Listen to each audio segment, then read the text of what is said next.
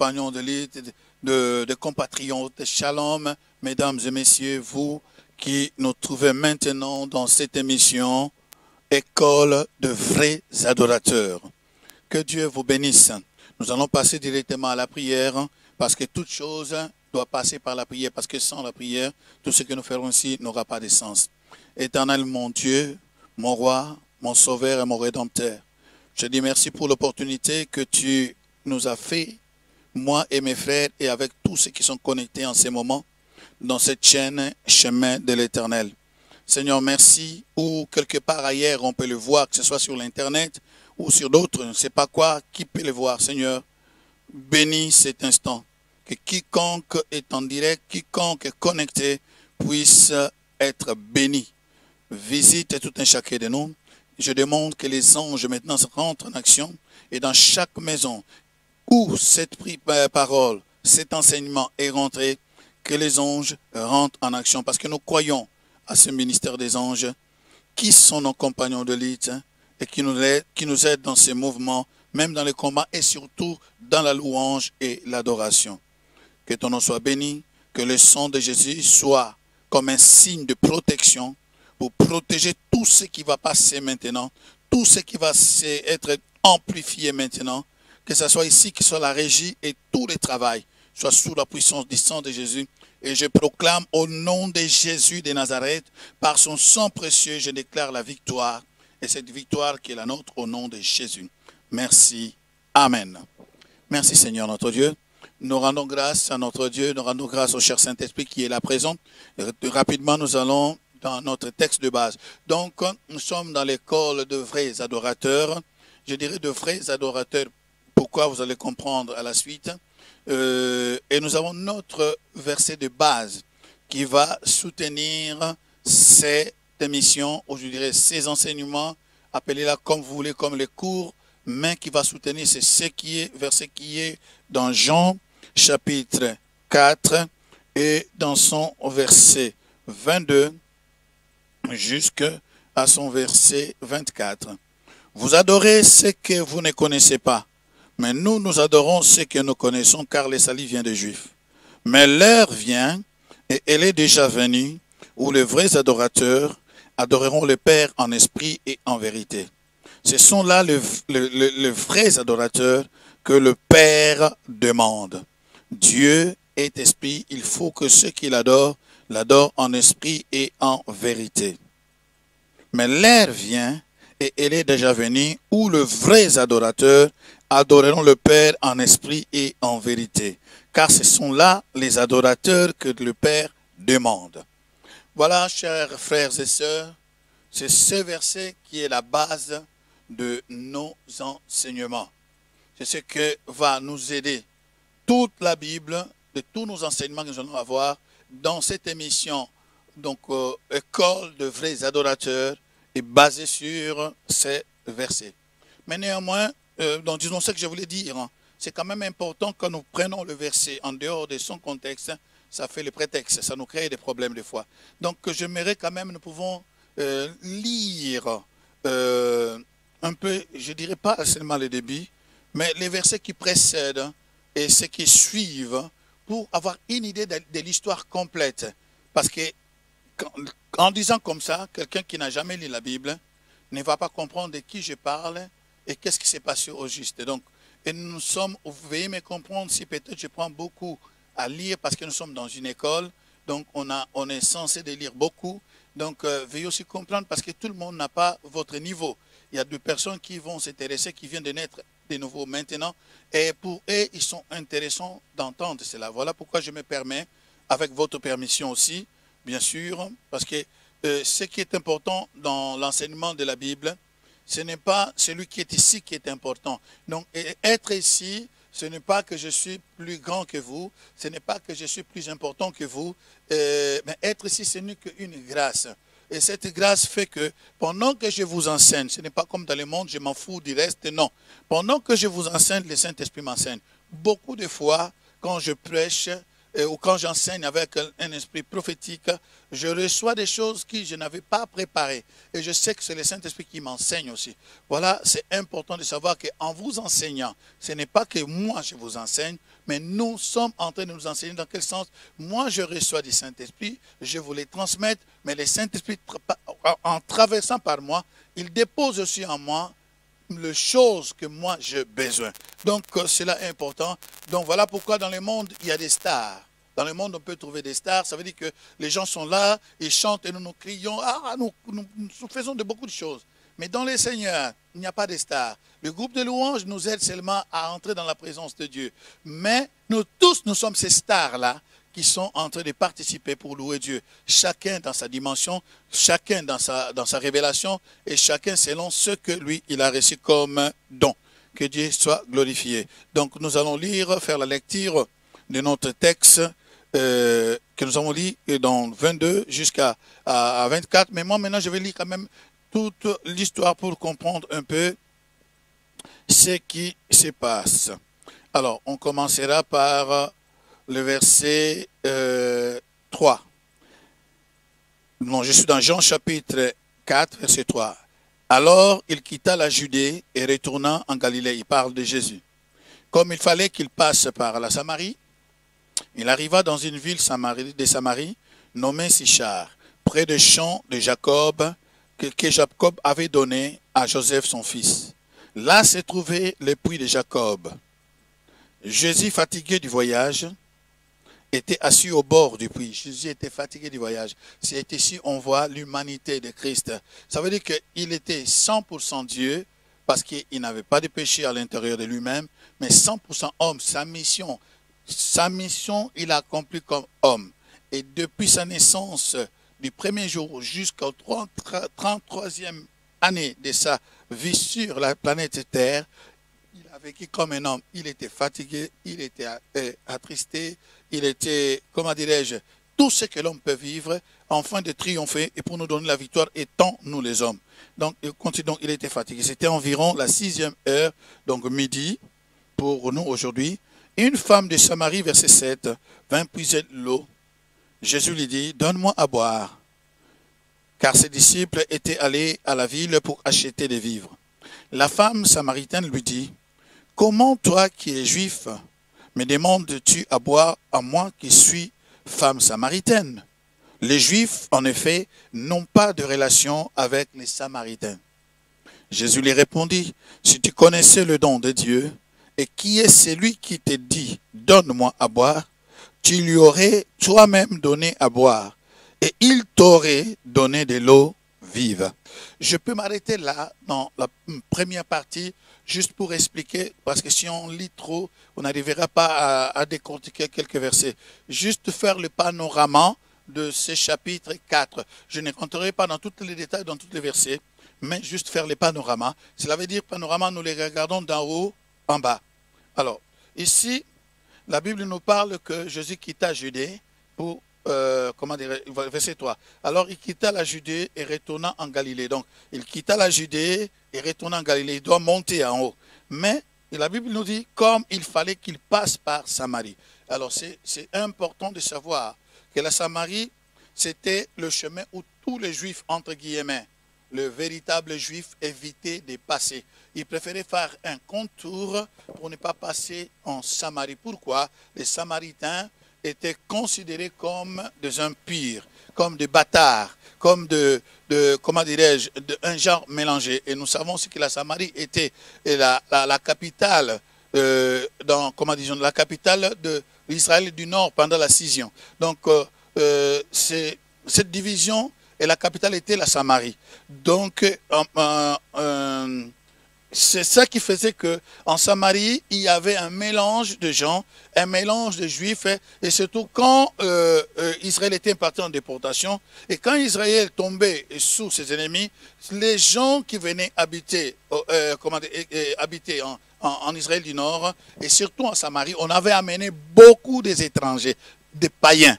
Alors, voilà pourquoi les Juifs ne voulaient pas avoir quoi que ce soit avec ce peuple qui était mélangé et il y avait le paganisme. Et nous savons aussi dans le royaume du Nord, le premier roi qui était Jéroboam, qui a traîné Israël dans le péché terrible de l'idolâtrie. Il les a fait avoir encore le veau d'or comme dans le désert.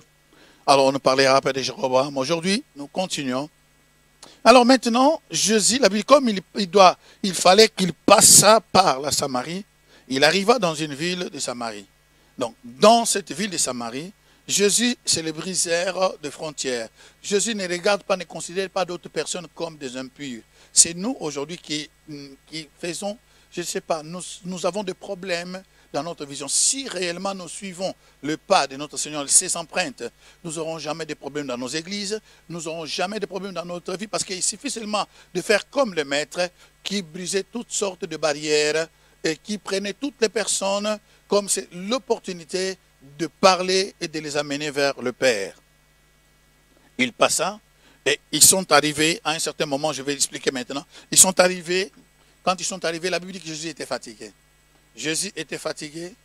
Et quand Jésus était fatigué, la Bible nous dit que il renvoya le disciple afin qu'ils aillent acheter quelque chose. C'était une façon de se débarrasser, entre guillemets, pas débarrasser dans le mot, je ne veux pas de vous, mais de se libérer de ses disciples. Pourquoi? Parce que si ses disciples, il avait un rendez-vous divin avec quelqu'un de spécial. Parce que si le disciple était là, tout ce que nous venons de lire jusque-là ne pouvait pas être possible. Parce qu'il ne pouvait pas avoir cette discussion franche, ces moments de, je peux dire, de cure d'âme intense et profonde avec d'autres personnes à côté. Alors, il s'est fait, donc, il s'est fait de moyens qu'il puisse en renvoyer de disciples d'aller acheter de quoi manger à boire pour pouvoir rester seul. Et la Bible dit qu'il s'est assis sur le puits de Jacob. Si Jésus voulait réellement boire, il pouvait, comment dirais-je, chercher d'une façon ou d'une autre. Donc, il pouvait quand même s'en passer et trouver une solution. Mais il avait un rendez-vous divin. Ce soir ou ce matin par rapport au fuseau horaire, ça dépend quand est-ce que vous nous recevez. Ça peut être le matin, le soir, à midi. Mais ce rendez-vous que vous avez aujourd'hui, c'est un rendez-vous divin. Comme vous entendez ces messages, cet enseignement, ces études que nous faisons, c'est un rendez-vous divin. Voilà pourquoi je dirais, chaque fois que vous êtes connecté, prenez un carnet, écrivez « École de vrais adorateurs ». Comme ça, chaque fois que nous avons un rendez-vous ensemble, écrivez, chers amis. Parce que ce que nous n'écrivons pas, nous sommes des humains, nous pouvons les oublier. Mais ce que nous écrivons, nous ne l'oublierons jamais. Parce qu'un jour, nous pouvons revoir. Et ce que moi, je vous passe aujourd'hui, ou je vous enseigne aujourd'hui, c'est ce que, bien sûr, que le Saint-Esprit m'a donné, mais je peux vous garantir, une grande partie, ce sont des hommes saints de Dieu, des femmes saintes de Dieu, qui ont investi dans ma vie, qui m'ont enseigné. Et voilà pourquoi Paul dira à Timothée, Timothée, mon fils, tout ce que moi j'ai été enseigné, cherche aussi d'autres personnes qui soient capables aussi à leur tour de passer à d'autres personnes. C'est ça, donc ne pensez pas au plagier, comme ça j'ai entendu une fois de serviteurs qui discutaient, ah mais ça c'est du plagier, ça c'est comme, écoute.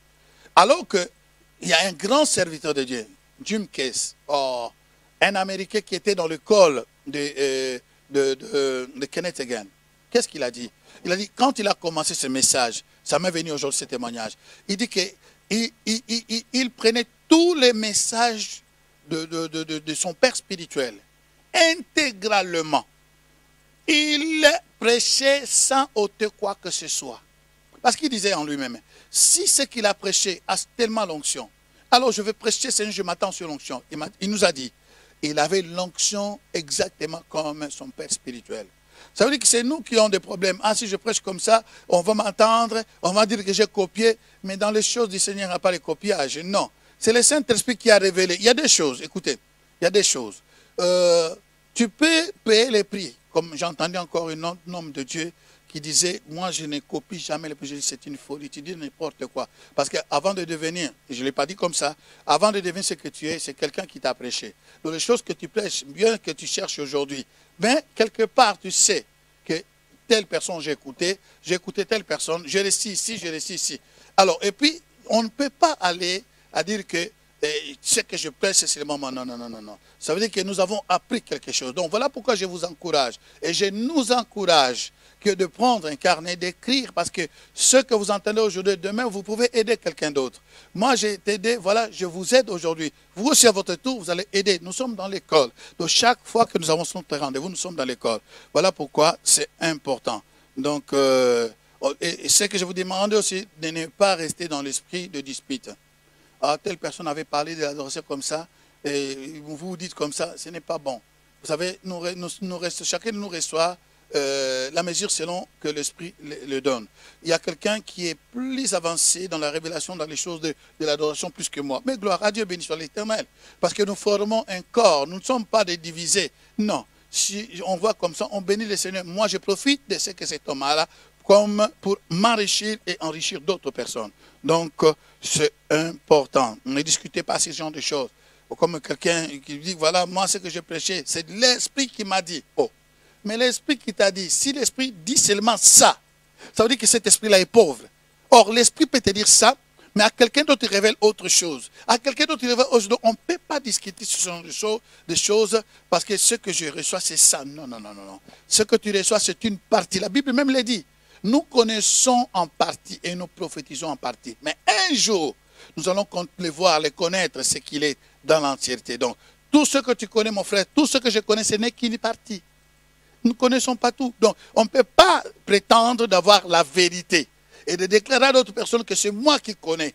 Donc, tout ce que les autres prêchent, c'est faux. Alors là, c'est la prétention, la présomption, et ça devient très dangereux, qui va pousser quelqu'un à l'orgueil, et cet orgueil, la chute est l'après. Attention, attention. Les vrais adorateurs n'ont pas cet esprit. Les vrais adorateurs reconnaissent la grâce qui est dans quelqu'un d'autre, et puis exalte cela. Parce qu'il sait que cette grâce, c'est Dieu qui l'a donnée par rapport à son cœur. C'est Dieu qui fait les choix, c'est lui qui fait l'élection, ce n'est pas nous. Et si tu connais ça, plus tu acceptes la grâce qui est sur d'autres personnes, plus Dieu va t'élever. Moins tu acceptes les autres, tu ne seras jamais élevé, jamais, jamais. C'est le principe, ce que tu sèmes, c'est ce que tu vas récolter. Si tu ne sèmes pas la reconnaissance, de connaître, ah, telle personne a une grâce plus que moi, tu ne monteras jamais. C'est le principe des choses de Dieu. Donc, les vrais adorateurs reconnaissent.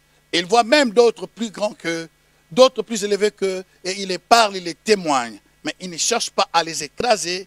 Quand on a l'esprit d'écraser, ça veut dire que c'est l'esprit d'orgueil. Donc c'est moi, c'est moi, c'est moi, pas les autres. Donc loin de nous, le vrai adorateur, que nous sommes moi et vous, qui vous êtes là, loin de nous cet esprit, au nom de Jésus. Alors, tout d'un coup, la Bible dit qu'il y a une femme samaritaine est venue pour puiser de l'eau. C'était à midi. La Bible précise l'heure. Pourquoi? Il y avait un problème. Parce qu'à cette heure-là, plusieurs femmes sont à la maison en train de préparer et de donner la nourriture à leur mari. Mais cette femme-là, parce qu'elle avait un problème. Vous connaissez l'histoire pour ceux qui les connaissent.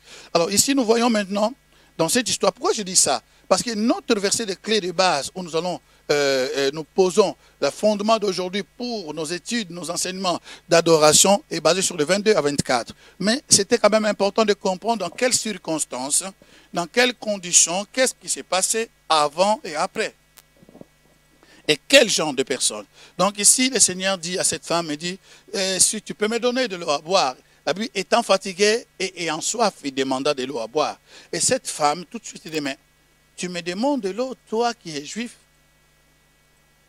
et moi qui est samaritaine. En effet, il n'y a pas de relation entre vous et nous. Donc, il n'y a pas de relation. Mais Jésus s'est trouvé dans un puits de personnes auxquelles ils n'avaient pas de relation. Pourras-tu, toi, si tu es parmi les vrais adorateurs, te retrouver dans la maison d'une personne auquel tu n'as pas de relation? Pourras-tu le faire? Mais Jésus l'a fait. Pourras-tu le faire vraiment? Jésus l'a fait parce que son problème, c'était des âmes. Alors, nous allons aller dans la suite. Jésus lui répondit, si tu connaissais verset 10, les dons de Dieu, qui est celui qui te dit donne-moi à boire, tu lui aurais toi-même demandé à boire. Et il t'aurait donné de l'eau vive. Oh. Seigneur, lui dit la femme, tu n'as rien pour puiser. Et le puits est profond. D'où aurais-tu donc cette eau vive? Parce que c'est curieux. Tu n'as pas quelque chose pour puiser de l'eau. D'abord, tu commences à me demander l'eau. Et puis, tu sais déjà qu'on ne parlait pas. Mais tu me parles. En me parlant, il y a un problème. Quand tu me parles, il y a un problème. Et il y a un problème. Dans ces problèmes, c'est que cet homme, je pense qu'il a un problème. Il a des problèmes dans sa tête. Pourquoi? Parce qu'il sait bien que nous ne parlons pas, nous n'avons pas de relations. Mais comment il peut me parler comme ça? Il dit, Seigneur, lui dit la femme. Le Seigneur lui dit, écoute, si tu connaissais celui qui te demande, c'est toi qui l'aurais demandé. Ça veut dire qu'en fait, c'est toi qui l'aurais demandé et il t'aurait donné de l'eau vive. La femme dit, mais tiens, tu n'as rien. Comment tu peux me donner de l'eau vive? Es-tu plus grand? Écoute, c'est la femme qui commence. Es-tu plus grand que nos pères, Jacob, qui nous a donné ses puits et qui en a bu lui-même, ainsi que ce fils et ses troupeaux? Jésus lui répondit, quiconque boit de cette eau aura encore soif. Mais celui qui boira de l'eau que je lui donnerai n'aura jamais soif. Et l'eau que je lui donnerai deviendra en lui une source d'eau qui jaillira jusque dans la vie éternelle. Oh. Alors, la femme a poussé Jésus, a commencé à pousser le Seigneur dans une direction religieuse. C'est comme s'il rappelle à notre Seigneur de quel puits il s'agit. Alors, ce puits-là se trouve en Samarie. Et le puits de la personne auquel le pays porte le nom, Jacob. Maintenant, le puits se trouve dans ces contrées. Jésus s'assied sur le puits et demande à la femme, il y a de l'eau en bas, mais Jésus dit que je te donnerai autre eau, pas ce que tu veux voir. Mais le problème est que le jour que tu vas boire de mon nom, tu ne viendras plus puiser et tu n'auras plus jamais soif. Il parlait d'autre chose qui s'y passait la femme. Jésus lui répondit, verset 14, mais celui qui boira de l'eau que je lui donnerai n'aurait plus jamais soif. Et l'eau que je lui donnerai deviendrait en lui-même une source d'eau qui jaillira jusqu'à la vie éternelle. Ça veut dire que celui réellement qui va recevoir, qui va boire de cette eau que je lui donnerai, n'aura plus jamais soif. Et non seulement qu'il n'aura plus jamais soif, mais cette personne deviendra, après avoir bu, deviendra une source d'eau qui va jaillir. Ça veut dire quoi? Lorsque quelqu'un boit de l'eau, c'est pour lui-même. Lorsqu'il est rassasié, ça veut dire que lorsque l'eau commence à déborder, cette eau commence à couler pour les bénédictions d'autres personnes. Et cette eau, c'est l'image de la parole de Dieu et c'est l'image de l'Esprit de Dieu. Mais nous continuons. C'est-à-dire que celui qui reçoit ma parole, celui qui écoute ma parole, celui qui reçoit mon esprit, celui qui reçoit vraiment mon esprit, il n'aura plus jamais soif. Alors, il continue. Il dit ceci. Verset 15. La femme lui dit-il, Seigneur, donne-moi cette eau. Quiconque aurait besoin de cette eau, donne-moi cette eau, afin que je n'ai plus soif, tout d'abord, et que je ne vienne plus puiser ici. Ici, elle a précisé ici, je ne vais plus puiser ici. Donne-moi de cette eau. Cette femme a demandé, donne-moi de cette eau, que je n'aurai jamais plus soif, et que je ne vienne plus puiser ici. Verset 16. Va, lui dit Jésus, appelle ton mari et viens ici. C'est ici, on parle d'ici. La femme dit que je ne vienne plus ici. Mais Jésus lui dit, va, appelle ton mari et viens ici. Va, appelle ton mari et viens ici. C'est ici que toi tu ne veux plus venir parce qu'il y a un problème que tu ne veux pas régler. Il y a des gens qui fuient. Écoutez, les problèmes que nous fuyons pour ne pas les régler, les endroits où nous avons créé des dégâts que nous ne voulons pas retourner, tôt ou tard, il faut que nous retournons là pour régler. Parce que c'est là qu'il y a la solution de nos problèmes. Jésus était là dans cet ici. Et dans cet ici-là que la femme là doit recevoir la solution. Mais elle veut voir juste de l'eau et puis aller, ne pas venir ici. Jésus dit, va, appelle ton mari et viens ici. La femme, verset 17, répondit, je n'ai point de mari. Jésus lui dit, tu as eu raison de dire, je n'ai point de mari. Car tu as eu 5 maris, et celui que tu as maintenant n'est pas ton mari. En cela tu as dit vrai. Seigneur, lui dit la femme, je vois que tu es prophète. Nos pères, elle dit, Seigneur, lui dit la femme, je vois que tu es prophète. Écoutez, nous vivons dans un monde qu'aujourd'hui, les prophètes sont là, les pasteurs sont là, les docteurs sont là, les hommes de Dieu sont là, mais les gens ne les voient même pas. Ils n'ont même pas les yeux, elles n'ont même pas les yeux de voir les hommes que Dieu a placés devant eux.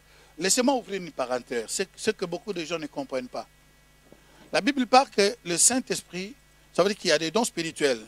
Dans 1 Corinthiens chapitre 12, il y a les dons spirituels, les dons qui est donné dans la vie de tout et chacun de nous. Mais nous avons aussi les dons ministériels.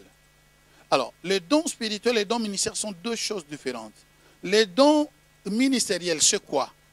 Tous ces dons que nous avons, donc ceux qui ont les ministères, que ce soit de l'apôtre, des prophètes, des docteurs, des évangélistes, des pasteurs, et puis il y a d'autres dons ministériels que Romains 12 est en train d'étaler. Mais dans tous les dons ministériels, que tu sois diacre ou quoi, on met tout ça dedans. Les anciens, ce sont des pasteurs. Les diacres travaillent avec eux. Donc, dans tous les dons ministériels, quand on parle de pasteurs, des 5 dons ministériels de pupitre, là où je suis. Ça veut dire quoi? Ça veut dire que Dieu prend la vie de ces pasteurs qui est devant toi. Dieu prend la vie, peut-être si dans ton église c'est un apôtre, de l'apôtre. Dieu prend la vie, si c'est un prophète qui te conduit, des prophètes. Il vous fait, c'est que il livre la vie de cet homme en vous. Il prend la vie de cette personne et il vous donne un don. Voilà pourquoi beaucoup ne comprennent pas que le jour où vous allez comprendre que c'est le don ministériel, c'est que Dieu m'a donné cet homme, tu vas cesser, tu vas aller jusqu'au bout, parce que s'il m'a donné, il sait pourquoi il m'a donné. Dieu ne donne jamais des choses mauvaises. Au lieu de profiter lorsque vous avez un don ministériel, parce que la vie de ces personnes-là sont sacrifiées. Ils ont pris leur vie. Mais ils ont la vie de Dieu, et la vie de Dieu, c'est la vie de Dieu, Dieu le donne à l'Église. Ils ne doivent pas avoir, Dieu donne un cadeau à l'Église, ça c'est pour vous. Alors en lui, je mets tout, prenez tout, parce que tout ce que vous voulez se trouve dans cet homme, si c'est un homme, se trouve dans cette femme, si c'est une femme. Alors si c'est mamelles spirituelles, si c'est manger de cette nourriture que je place en lui, parce que toutes vos bénédictions sont à travers Christ, par lui, qu'il a choisi et qu'il vous a donné. Christ est le don, et les ministères sont aussi les dons pour l'Église. Alors, ici, la femme disait que voilà, je ne vais pas, tu as 5 maris, et voilà, la femme répondit, n'est pas Jésus, et tu as raison de dire, je ne peux pas marier, car tu as eu 5 maris, et celui que tu as maintenant n'est pas ton mari. En cela, tu as dit vrai. Seigneur, lui dit la femme, je vois que tu es prophète. Elle a découvert tout de suite que Jésus est prophète. Je vois.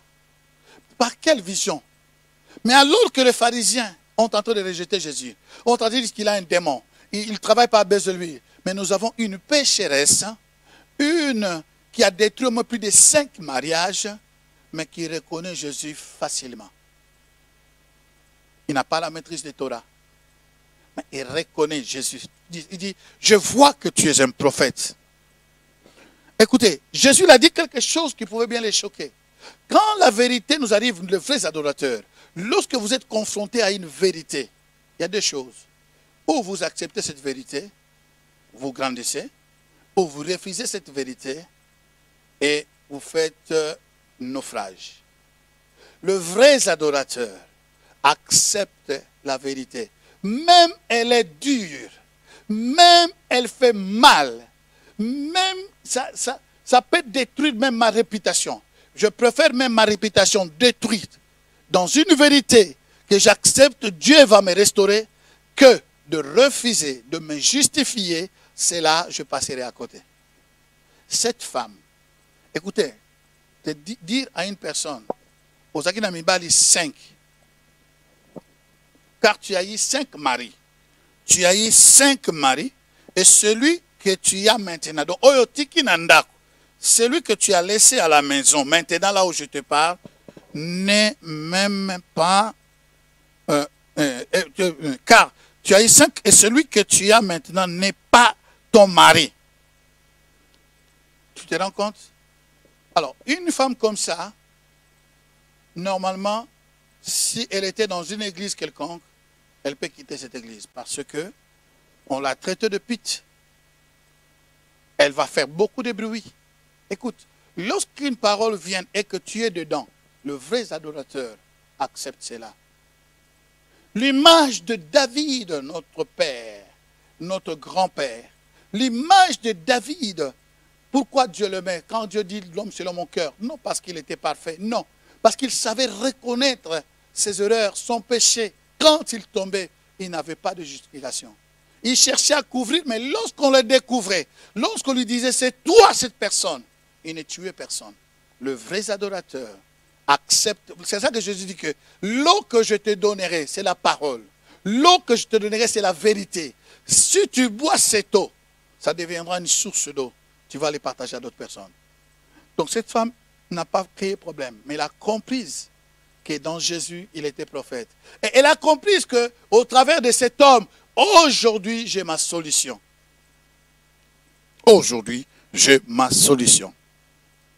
Et il dit, car tu as 5, c'est le vrai. Verset 19. Le Seigneur, la femme maintenant l'appelle Seigneur. Seigneur, elle a compris que c'est un prophète. Elle pousse et dit, Seigneur, lui dit la femme, je vois que tu es prophète. Seigneur, lui dit la femme, je vois que tu es prophète. Non, tu m'as critiqué, tu m'as dit ceci, non, non, non. Il dit, nos pères, écoutez, hein, nos pères ont adoré sur cette montagne. Et vous, vous dites que le lieu où il faut adorer est à Jérusalem. Voilà. La clé de cette parole, la clé de cet enseignement, se trouve dans les versets 22 à 24. Mais qui a poussé le Seigneur là-bas? C'est cette dame que moi je peux vous dire, elle est l'image de vrais adorateurs comme toi et moi. Les vrais adorateurs, ce ne sont pas des gens qui sont parfaits. Nous ne les sommes pas, mais nous sommes en train d'aller de perfection en perfection. N'accepte pas de continuer à dire je suis pécheresse. Donc dans l'autre émission que nous avons fait, qui est 70 minutes pour la transformation, je parlais de la justice. Ne dis jamais que bon, je ne suis pas parfait, tout le monde est parfait, continue à faire le mal. Non, je ne suis pas parfait, mais je suis en train de me perfectionner. Chaque jour, chaque année, le bêtise que je fais hier, je ne peux pas les faire encore aujourd'hui. Si je tombais hier, je ne peux pas tomber dans les mêmes choses. Ça veut dire que je suis en train de récupérer le terrain petit à petit. Alors imaginez-vous, cette dame que nous appelons pécheresse, c'est nous-mêmes, notre nature. Nous étions des pécheresses, nous étions des pécheurs. Mais Jésus a pris du temps d'être avec le pécheur. Il a pris du temps de renvoyer beaucoup d'autres personnes pour former une adoratrice. Il prend le temps aujourd'hui pour toi et pour moi, ma soeur et mon frère. Jésus-Christ est le même hier, aujourd'hui, éternellement. Il connaît le cœur de Dieu. Lui-même dit que Dieu est esprit. Il faut que ceux qui l'adorent, l'adorent en esprit, en vérité. Et Dieu est à la recherche de vrais adorateurs. Donc, il est disponible. Et maintenant, dans la chair, il n'est pas là. Il a laissé son Saint-Esprit pour nous aider à rentrer, à devenir de vrais adorateurs. Laisse-moi te dire, mon frère, cela est possible. Que notre caractère change. Cela est possible que nous deviendrons des gens qui progressent. L'année passée, j'étais quelqu'un qui discutait beaucoup. Cette année, j'étais en discussion en tension 10. Cette année, je pousse la tension, je la baisse en 5. Les années qui viennent, en travaillant mon caractère, quelqu'un va plus me reconnaître. Pourquoi? Il y a une décision de ma part. Et de l'autre côté, je sais que tout est possible. Jésus n'a pas changé. S'il peut transformer une femme qui a détruit 5 personnes, imaginez 5 hommes qui ont été détruits complètement. Et maintenant, le 6e qui n'était pas son mari. On ne sait pas de sa voisine ou comment. Mais imaginez-vous la scène. Mais Jésus-Christ, notre Seigneur, prend les soins d'enseigner à cette dame avec l'objectif de l'aider. Mais on n'enseigne pas pour détruire. Mais on enseigne pour avoir du succès dans cette personne et que cette personne arrive à la transformation. Alors, c'est cette femme qui a engagé le discours de l'adoration. Quand il a compris que cet homme était prophète, c'est lui qui était devant lui. Il dit, Seigneur, je vois que tu es prophète. Alors, j'ai une question depuis des années. Je connais ma faiblesse. Je connais mes péchés. Tout le monde me connaît. Tout le monde sait que je suis une pute. Je suis une prostituée. Je suis une bête. Je suis pour mes qualités. Il n'y a pas de problème. Mais dans ta présence, c'est toi qui me donnes la valeur. Lorsque nous cherchons, chers amis, nous les adorateurs, le vrai adorateur ne cherche pas à se justifier. Le vrai adorateur ne cherche pas de leur propre force à imposer leur justice ou leur valeur. Parce que notre valeur, notre justice, ce n'est que des lambeaux, ce n'est que des vêtements sales. celui qui nous justifie pendant qu'on nous humilie, c'est celui qui nous justifie pendant qu'on nous insulte. Écoute, si on ne t'a jamais insulté, ça veut dire que tu n'as pas encore servi Dieu. Il faut qu'il arrive un moment dans ta vie, les gens t'insultent même en face à face. Les gens disent de toi des choses que tu n'as jamais fait. Jésus dit, si moi les bois verts, oh, on me fait comme ça, et vous le bois sec. Donc attendez-vous à ce genre de choses. Le vrai adorateur ne cherche pas à se justifier, ne cherche pas à purifier sa face, qu'on m'insulte, qu'on parle mal de moi. Ce n'est pas le problème. De toute façon, c'est Dieu qui connaît mon cœur, c'est Dieu qui connaît ton cœur, parce que les adorateurs, Dieu le voit. Et la Bible dit que les yeux de l'Éternel est sur le juste. C'est-à-dire que, laissons, continuons. Alors ici, la Bible dit, nos pères, c'est elle qui dit, je vois que tu es prophète, verset 20. Nos pères ont adoré sur cette montagne. Et vous, vous dites que le lieu où il faut adorer est à Jérusalem. Donc elle cherchait où adorer Dieu. Femme, lui dit Jésus, crois-moi, l'heure vient où ce ne serait ni sur cette montagne, ni à Jérusalem, que vous adorerez le Père. Vous adorez ce que vous ne connaissez pas. Nous adorons ce que nous connaissons, car le salut vient de Juifs. Voilà, c'est cette femme qui engage l'histoire de l'adoration. Les vrais adorateurs, ce sont ceux qui ont soif et faim de leur maître. Ceux qui ont soif et faim de leur Seigneur. Ceux qui ont soif et faim de leur époux. Ceux qui ont soif et faim de leur Dieu. Ceux qui recherchent intensément dans leur profondeur du cœur. Si tu ne cherches pas, tu n'auras pas la solution. Tu n'auras pas à retrouver ce Dieu. Dieu n'est pas un macho. Dieu n'oblige personne. Mais il se présente, il se livre à tous ceux qui les recherchent. N'est-il pas écrit lorsqu'il envoya de lettres dans toutes les églises, à la 7e église qui était de Laodicée, au chapitre 3, verset 20, si je me souviens très bien, il dira, voici je suis à la porte, je frappe. Celui qui ou celle qui écoutera ma voix, qui m'ouvrira la porte, je rentrerai et je souperai avec lui. Notre Dieu ne force personne. Mais si tu n'as pas la soif, si tu n'as pas la faim de ce Dieu, de ce Seigneur, si tu n'as pas la soif et la faim de connaître les profondeurs, le mystère de l'adoration, tu ne seras pas révélé de cela. Voilà pourquoi nous voyons dans nos églises les gens qui adorent Dieu mais d'une façon passive. Mais Dieu ne veut pas une adoration passive. Notre Dieu veut une adoration active. Et je dirais une adoration qui produit. Une adoration qui bénit. Une adoration fertile. Et c'est cette femme qui avait cette soif. Si tu n'as pas de questions, qui va répondre? Si tu ne poses pas de questions, on ne saura jamais que tu as des questions. La réponse ne viendra jamais. Et cette femme avait des questions dans son cœur. Et personne ne pouvait les répondre parce que de toute façon, elle était considérée comme une prostituée, une pute, tout ce que vous voulez. Qui pouvait entendre cette femme? Qui pouvait s'arrêter et prendre le temps? Oh, chaque personne, homme qui s'arrête avec cet homme, on sait déjà que c'est India. Et c'est Indi, donc Indi.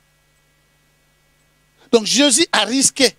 Il a risqué dans le sens en disant que peu importe ce que les gens pensent de moi. La vérité en est que lorsque les disciples sont retournés, vous allez les lire, ils diront, oh, ils étaient étonnés de l'avoir trouvé avec une femme tout seul parler. Qu'est-ce qu'ils pensaient? Et ils ne connaissaient pas cette femme. Et imaginez-vous, dans le village là, ceux qui le connaissaient, s'ils passaient par là, qu'est-ce qu'on allait penser de Jésus? Mais le Seigneur n'a pas regardé ça. C'est la vie de cette personne qui avait une question dans sa vie, mais personne n'avait jamais donné la réponse. Le vrai adorateur, c'est ceux qui cherchent le Père.